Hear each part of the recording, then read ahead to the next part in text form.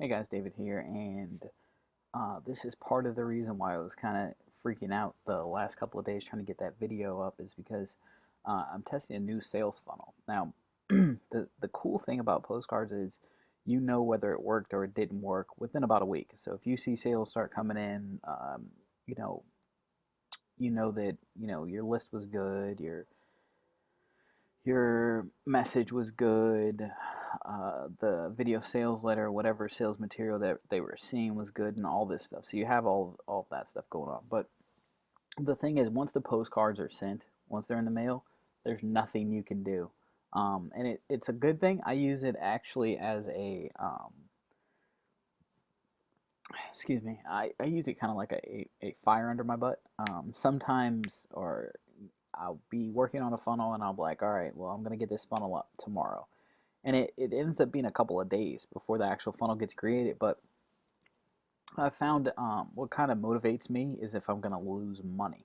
So what I'll do is I'll set a funnel up and then I will say, this solo ad is going out on this day, and I'll send it to that link and I'll submit all of that stuff. So I'll go to the publisher or whatever it is, and I'll give them that information. I'll give them the link and everything like that. And the thing is that is going to be sent out. I'm forced to then create or do whatever it is I said that I was going to do, or I'm going to lose money. So I got that funnel up last second, and I'd actually had a couple of viewers actually come through it without it being all the way done because I was still trying to get that stupid video up. But I got the video up and everything, and I want to give you kind of an insight into it too, because I did it with Wistia, right? So I made another video about Wistia, um, and I really, really like Wistia based on just this. I just want to be able to see how long people are staying on my videos so that I can adjust the countdown clock, the button, when it loads to the next page, etc., etc. I want to do all of that stuff, but I need something that gives me great analytics, which is why I went with Wistia, because it's more business oriented, in my opinion. Now, I am not an expert. I did just check this out for maybe 20 minutes, a half an hour. I did a couple of YouTube searches and some Google searches, and then I went and looked at the features of each, and then I picked, Wistia. So it's not necessarily that I'm a guru when it comes to this, or that I know everything that I'm talking about when it comes to this, but that's kind of why I chose this. You don't have to know all of the reasons to do something to know that it's a good thing to do. I don't know all the benefits of eating broccoli every single day, but I tend to eat quite a bit of broccoli because it's healthy. So that's kind of how I work. If it seems like a good idea, I have a little bit of logic to support it, I kind of run with it. I make my decisions fast, and when the information changes, say like Wistia stopped having this analytics, or I found out that there was another one out there, I don't let my decisions get cemented. As information changes, I change. The world at one point in time was flat, so I probably wouldn't have wanted to go on a cruise ship, but since the world is round now, I wouldn't mind going on a cruise ship. So that's kind of how I'm thinking. Give me 1 second.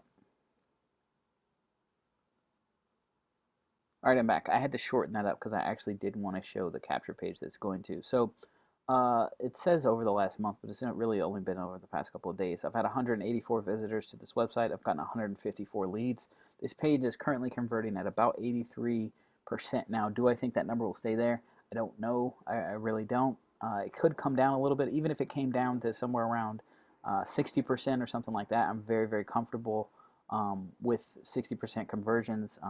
Like I said, anything over 40% for me is kind of a good deal.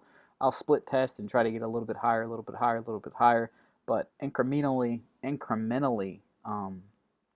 somewhere around 40, 50%, and I'm good as long as I can keep those numbers coming in. So out of 184 visitors, 154 people, so basically out of 200 clicks, so far we have one sale.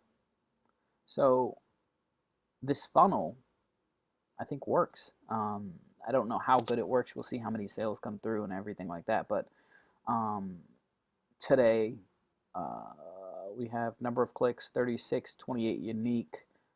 The cost per click was roughly $1.23.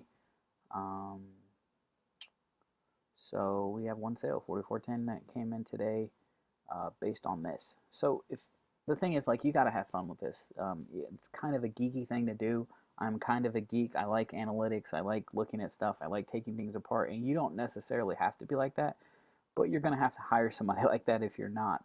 It's your job to kind of keep track of these things in the beginning, right? You can outsource and all that stuff, and that's great, but not in the beginning. In the beginning, you kind of want to know what's going on and how to get these funnels up, how to set everything up so that you can do this on your own, right? So like if I had outsourced from the beginning how to set up funnels and everything, when I get stuck, or it's the sound of freedom, it's a giant airplane.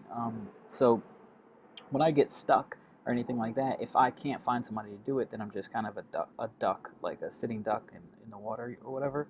So what I like to do is I like to keep the ball in my court as much as possible. So I use tools that actually make it easy because I'm not a programmer. I'm not a techie person. I understand certain things that may seem technical, but they're really not. It's surface level stuff. I'm not a technical or techie type person. I don't try to get people to be a techie type person. If you know PHP and CCSS or CSS, whatever it is, the coding and all that stuff, awesome. You can do a lot more stuff on your own without needing someone else. But you don't need to learn that stuff to make money. So we've already got a sale coming through this brand new funnel that's up. We have a lot more traffic that's going to go through this, so I will keep you guys updated, but I think this is a winner. Video stats are looking good as far as engagement. 61% on a 6-minute video is pretty good in my opinion. And I used that green screen to make the video. And if you look at the green screen, it doesn't look that great. It's actually a sheet. That's all it is a green sheet. I didn't spend a whole lot of money on getting this video or anything set up. Like a lot of people, another thing, I guess, kind of last thing is, don't get caught up in the implementation, right? Don't get caught up in the technical stuff. Get caught up in spend the money on actually delivering the traffic to offer, right? Because people aren't paying to see like a James Cameron sales video or introduction or whatever it is that you're making videos about. People aren't paying for that, right? Like the fancy intros and all the graphics and all of that stuff, it's great. But if it's taking you 5 or 6 hours to put out a video because you're doing all of this stuff, you should be doing something else. That's not an income producing activity in and of itself. So don't get caught up in all of that stuff. Try to keep things simple and just put out good content. And then when you're making your sales videos and your whatever videos or whatever it is, and you're putting that in your funnel like I did right here, make sure that the video is of quality, make sure it's a good video, but make sure that you deliver on the content more so than the actual picture. Like I don't have a $5,000 camera. I didn't hire a whole camera team to make a quick little video, and I don't recommend that you guys do that either. Spend that money on actual traffic, right? Get the video out, get the content out, make sure the words are good, and then later on, if you want to make a better video, do that. But don't do it right off the bat because you'll kind of shoot yourself in the foot when it goes to marketing, right? I'd rather spend $5,000 if I have a $5,000 budget, I'd rather spend maybe $200 on the video and then $4,800 on actual traffic and testing and tweaking and making sure everything works. So we will see how this goes. I'll keep you guys updated, but I think this is a winner. We'll talk soon.